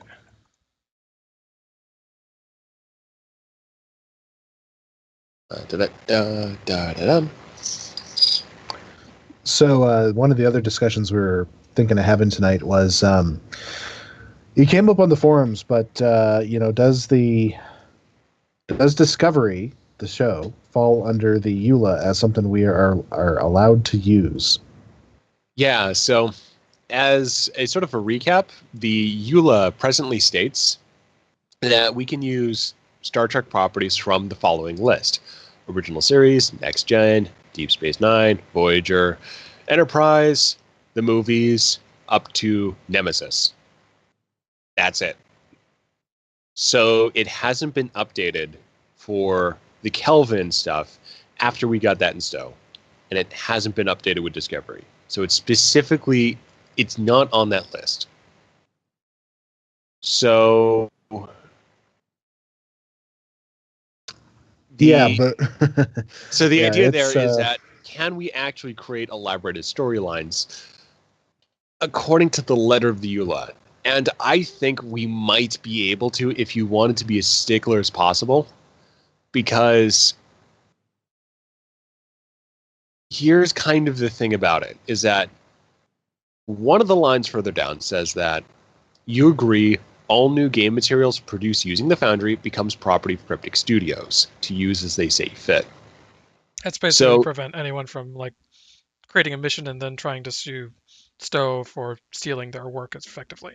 So what I'm sort of wondering at this point, it also covers the fact that if you try to use something that's copyrighted by someone else, you cannot give them those rights. So whatever you do in the Foundry, Cryptic has the right to use it. So that sort of covers the hey, I want to do Dune in the Foundry. No, you can't do that because I can't transfer those rights. But I can write something new, and then by making it in the Foundry, the rights go over to Cryptic. Now, Cryptic Studios is licensed to use Discovery stuff, since we have that stuff in the game now. So if you put Discovery stuff in the Foundry, you're effectively, by the letter, you're having to give those rights over to Cryptic. But if Cryptic already has the rights to use that, is there ever going to be a legal problem? Technically, you've done something that you shouldn't be able to do because you can't give those rights, but you can't give rights that Cryptic Studio has, in a sense. So, just to note, this was last edited in February of 2015. Yes. Yeah. So it's never been updated with any of this new stuff. So it's just kind of like wanting to give authors a little bit of security.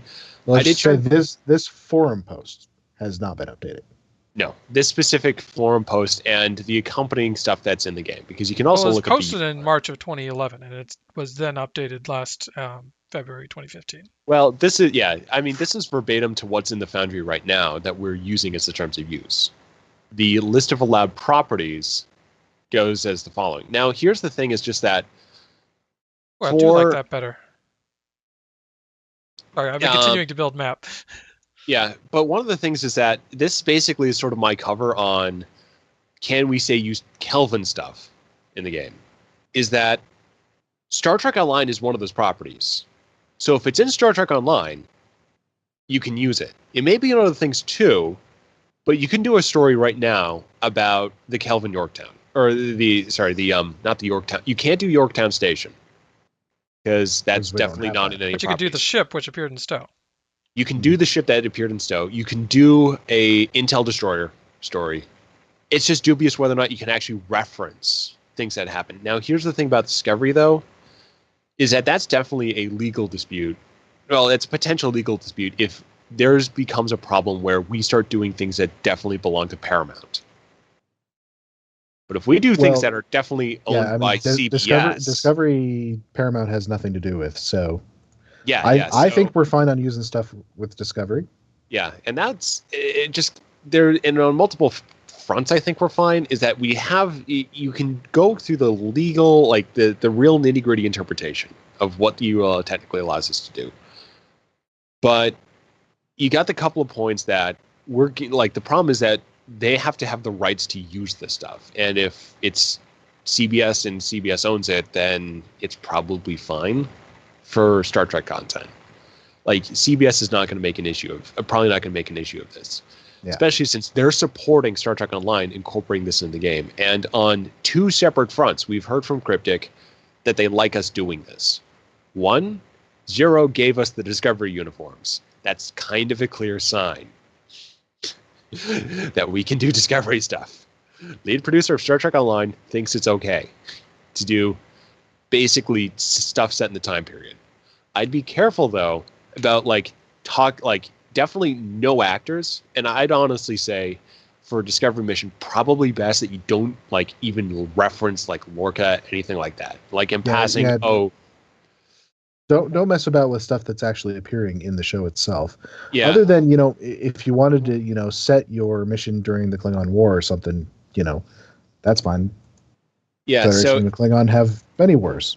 Yeah, but in Starfleet Security, I've got a dialogue option right now that basically says, you've got ray shields, red alert, and then the third option is black alert, alert Lieutenant Tardy that we may be making, alert Lieutenant Tardy that we may be making short range jumps. Just in case you have a Crossfield class, and just in case you headcanon that you've got a tardigrade Starfleet officer on board, which is basically a dialogue option for me. But anyway, though, I reference Black Alert, tardigrade. I don't basically say I'm going to do a Lorca maneuver. I'd say that'd still probably be fine. But I think it's generally the thing of especially with if you're making a mission that's ultimately about a character from the series, I think you got to be really careful about that. Hey, Mark. Is that Mark? But yeah, the other thing I did want to also say from the Cryptic side is that we did mention the fact that we were building a Discovery interior in the Foundry on 10 Forward Weekly, and both Bordicus and Kael were there, and they were both like, "Oh, we'd like to see that sometime." So apparently, we're the only ones that are actually worried about it.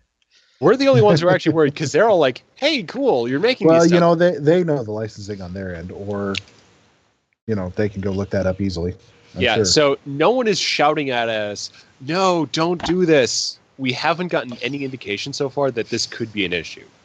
So I'd say unless we hear something else, go ahead and do it, but just still apply good judgment when thinking about how to incorporate things, both from the standpoint of gotta stick to the EULA, no characters that are defined by their actor likeness. I would just say, just try to avoid actor likeness issues as much as possible. Oh yeah, definitely. Well, that's a 'Cause- general rule in general. No actor licenses. Yeah. Yeah. And especially for the workarounds. I think PAX has been the only example I've seen so far. PAX and what you guys did in Photonomy, I think, are great examples for how to do it. It's just that I've seen other examples where it's just they bring a Vulcan on board. They say he's Sarek, but he looks completely nothing like Sarek. It's like, why didn't you just call him a new character? Yeah, it's that's a good back point. to that discussion. Is that why use a canon character if the story doesn't need that character? Or it's a canon character that can't look anything like that canon character who's serving a function. It's like, you could just use your own character. So anyway, we've had that discussion before, but back to Discovery. I think it's totally fine unless we hear otherwise. So still be careful about what you make. You are taking on a responsibility of making Foundry missions. But yeah, I'd say don't worry unless you're really pushing things. Because what we don't want is for Cryptic to get in legal trouble because of something that we do, because then the Foundry gets shut down. Yeah, that's not a fight we win. So No. this is definitely this is why we can't have nice things issue. So definitely play by those rules. And if you see an issue, I would also say report the Foundry EULA violations, just to make sure that as a community we're handling this in the right way. Because that's something that, if there is legal trouble, I mean, that is the active recourse, is that they take down missions.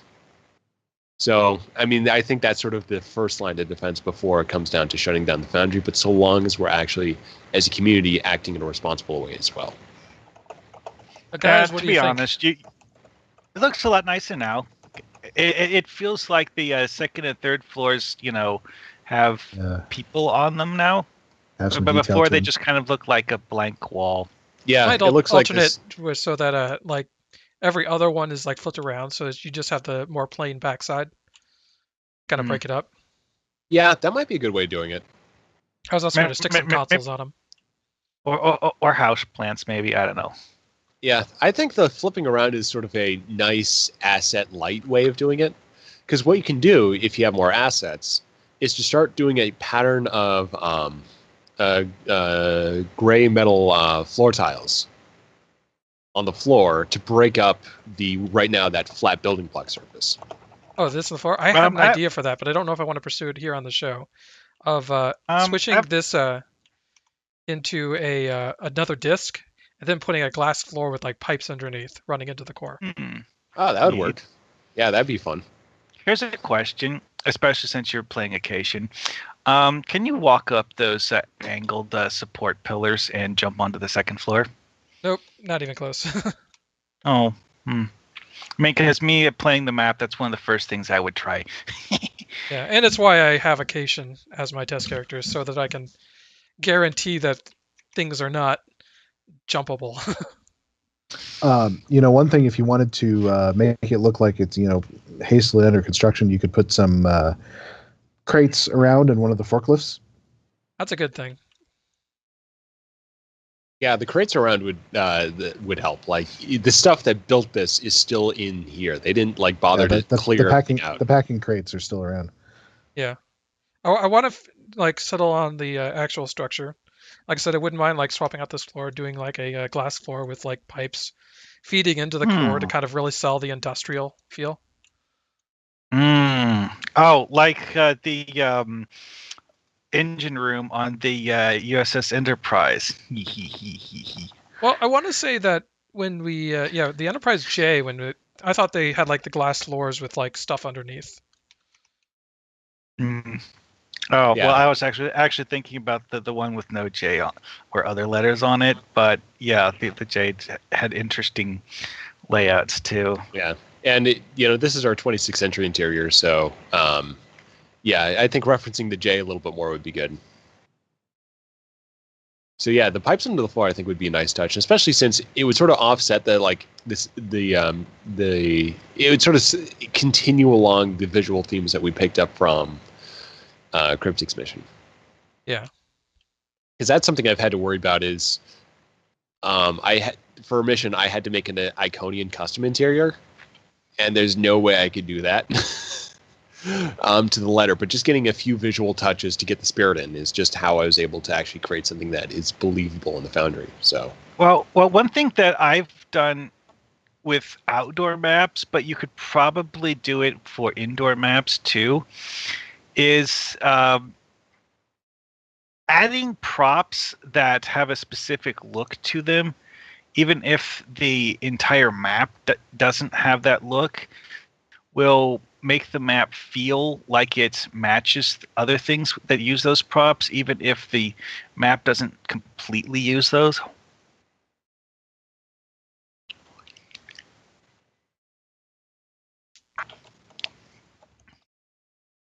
I mean, because when you're going around inside a starship, you don't expect every room to have exactly the same decor. yeah. But you would expect the computer consoles to look approximately the same, or at least some of them. Yeah, and it helps sort of, especially since we start tailoring that to different environments, different moods. It can help both from the storytelling point of view, but also just making it feel lived in, because you can start like imagining the functions behind some of the variants. And like for my Sovereign class interior that I still have yet to publish in full mission yet, I have a hydroponics bay, and I put Klingon, like I partially obscured Klingon wall lights to make it look like, well, maybe they're actually controlling for the humidity with these and other temperature variables with this elaborate structure around it. Mm-hmm. Yeah, I mean, sci-fi tech props are not about building something that's like an actual usable thing, but about making something that looks like it might be usable. Mm-hmm. Oh, I did want to acknowledge what Matrix said too. The other problem with using Discovery stuff right now, this problem Critics faces is that we just don't know how it's going to go. So you could say in a mission right now that, hey, I followed, like you referenced Captain Tilly. It's like, oh, she had a long career, became an admiral in Starfleet, and yada, yada, yada.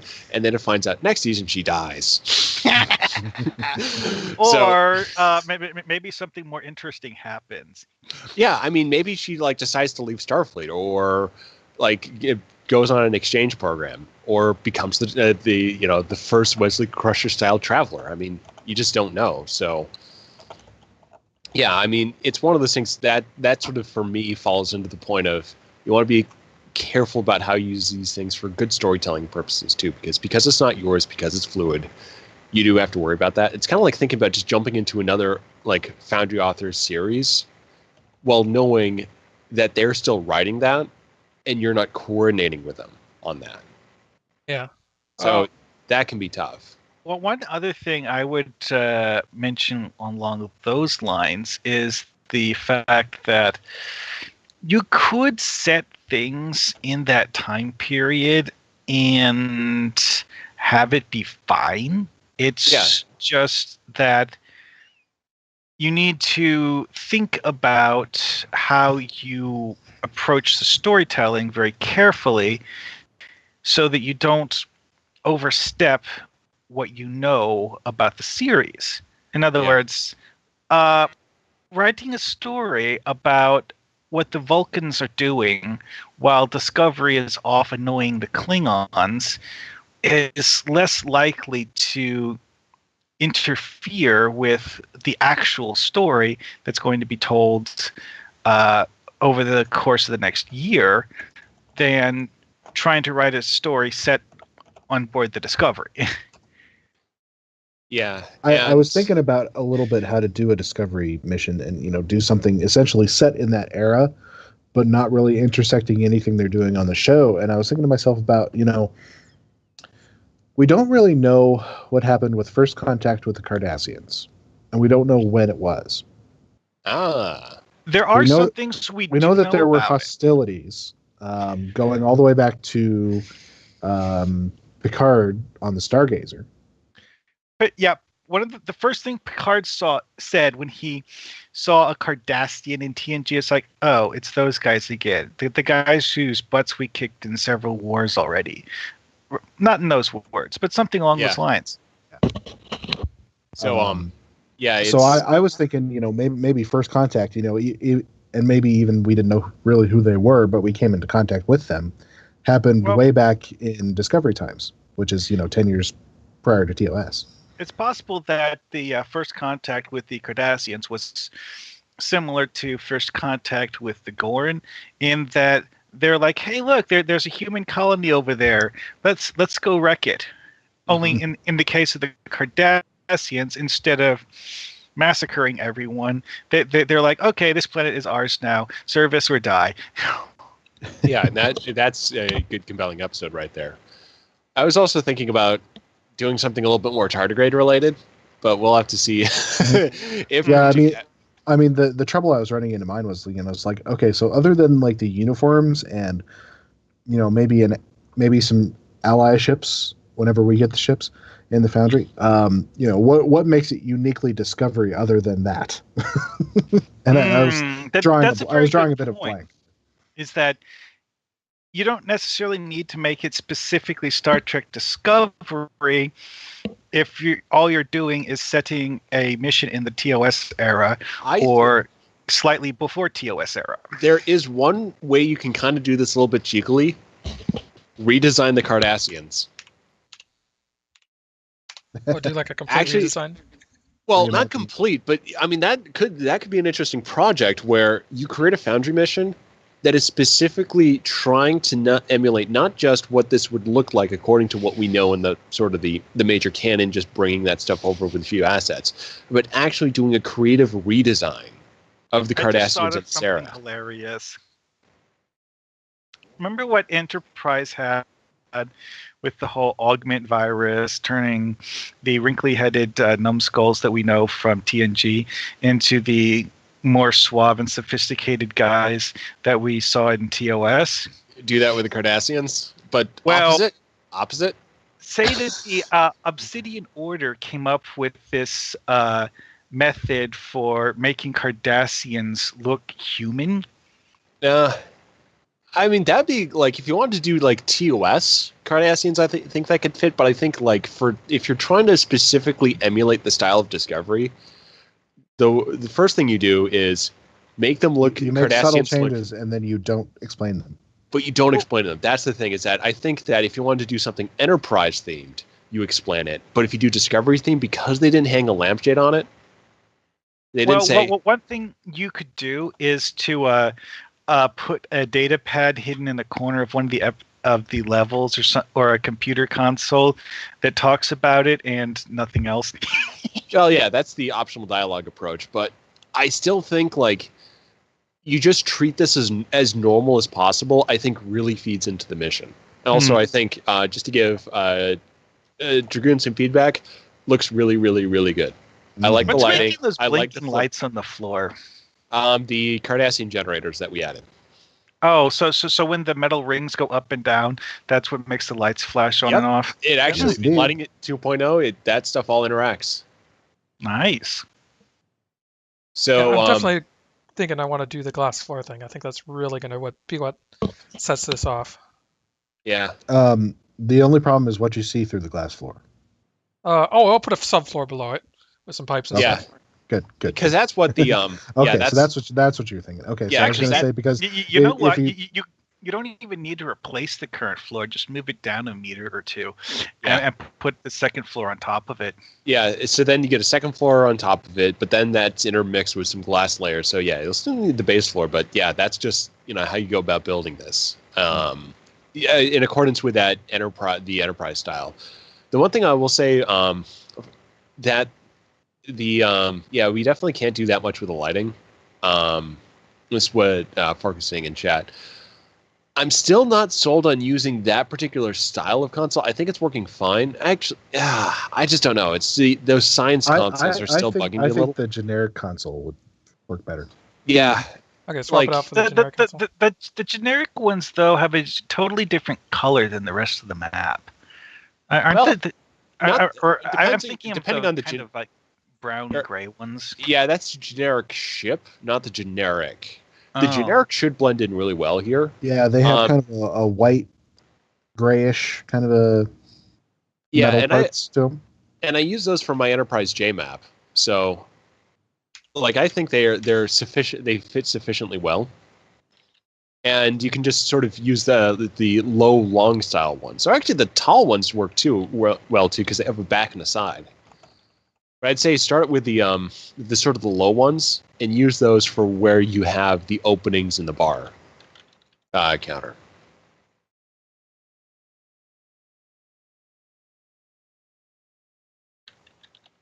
Let's see, where are those guys? Civilian, not generic. Okay.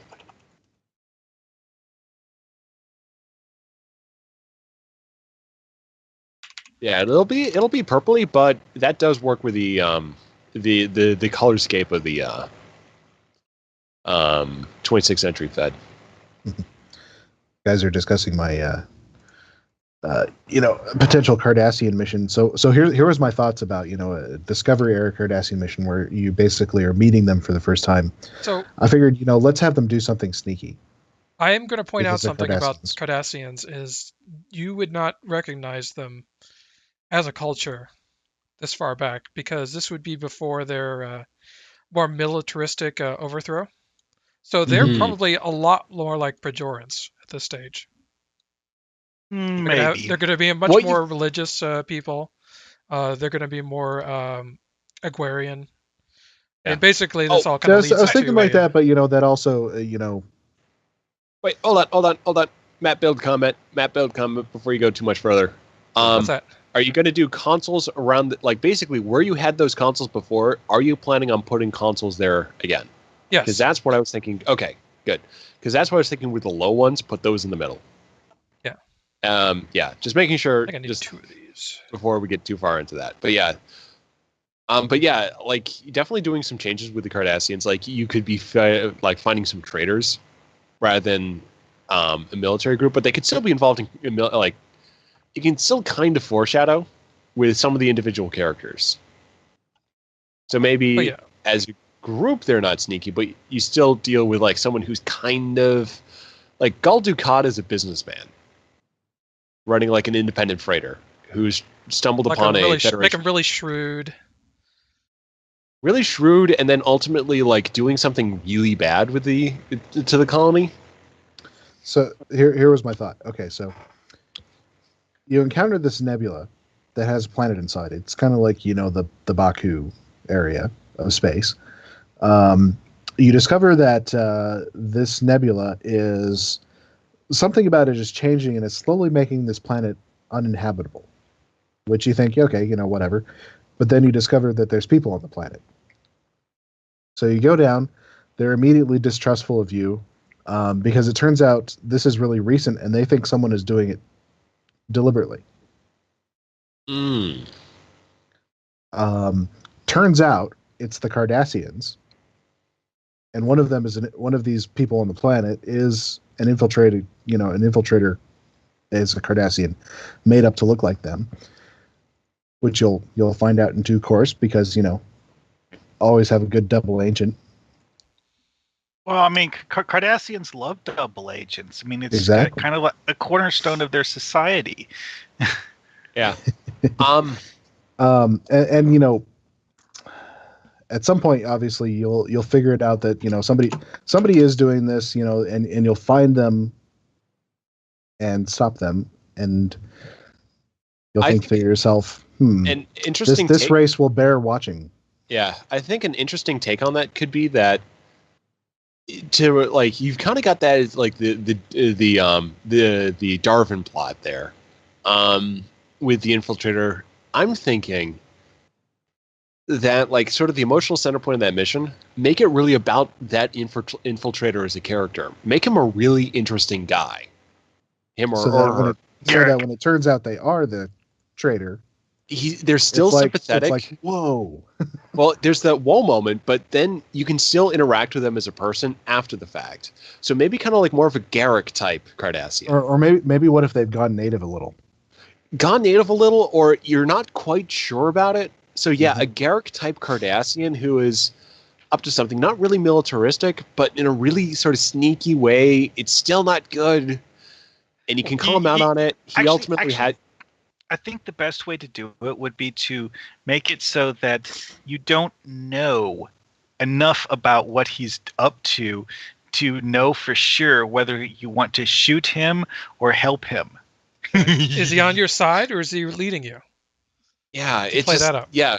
I think you can play out that aspect. That would be really interesting. Or play to the sometimes the factionalization that we see among Cardassians is, maybe this infiltrator was not actually sent by the ones who are trying to alter this nebula in order to drive the native population away, so that they can claim the resources. Or is he just saying that?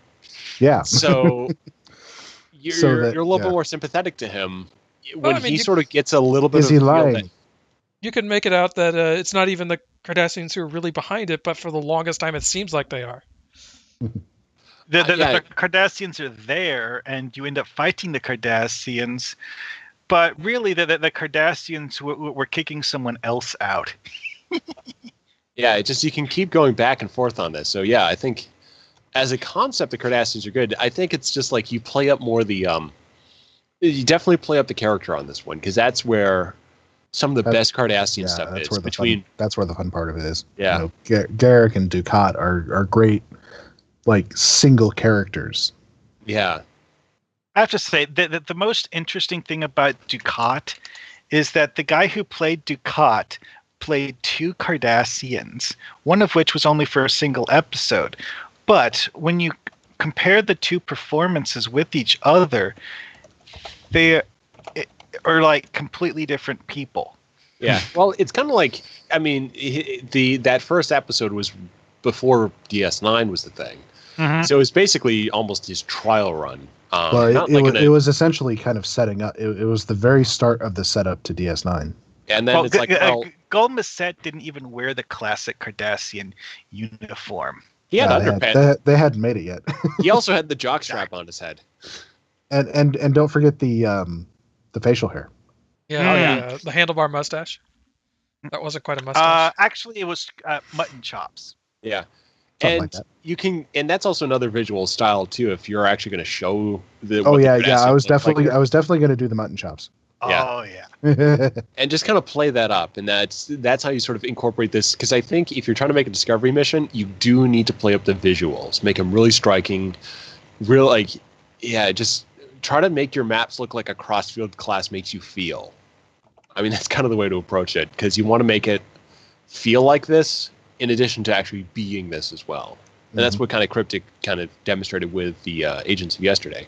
It wasn't enough just to literally interpret things. You had to go for that feel, the texture. I like. Okay, back to our build here. I like these consoles. They work for me. Yeah. It's a little more industrial, less advanced. It kind Also, of matches better with the unfinished core. You don't see much color on the console. The blinkies actually do have enough color that it's.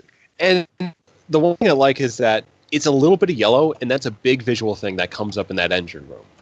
But at the same time, you get complexity. So I like this is like, these might be really advanced, but we're at a point in the Federation history where they're not trying to go for artistic or stylistic.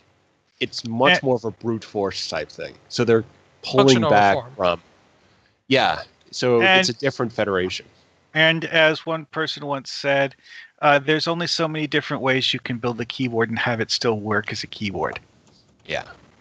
So I think this works really well for selling. Also a good demonstration for Foundry authors making custom interiors for 26th Century. We've got sort of like a look established for the Enterprise J, but that's a very different ship to what you can also accentuate for other types of builds to make other types of environments.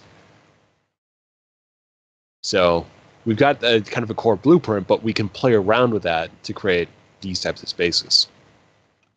I think the lighting works out. out. Extend these up to the second and third platforms too. Mm-hmm. Actually, you might be able to cheat. You might not need to go to the third.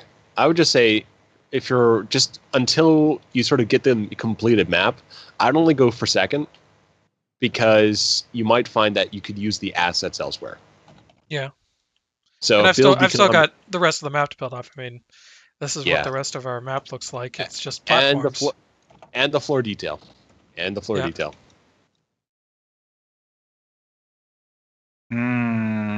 I just thought of something that it's basically like the ultimate hacks method for exploring maps.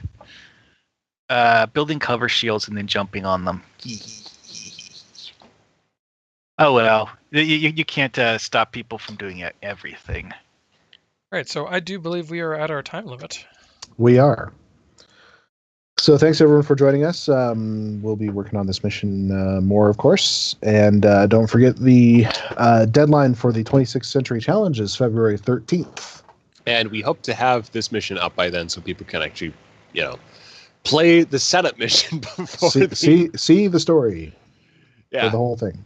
Yeah. We do kind of need to get this out that time. Yeah. Yep. So obviously that means a little homework for Drogyn, but that's okay. Coming soon is only valid if you eventually publish something, right? Unless you put a TM on it. Oh, or unless you just sort of leave it ambiguous, so you can go for a soon TM, or you can do a Half-Life 3 joke. I hate Half-Life 3 jokes. Yeah. I don't think anybody likes Half-Life 3 jokes. No. It's just a reminder of our misery.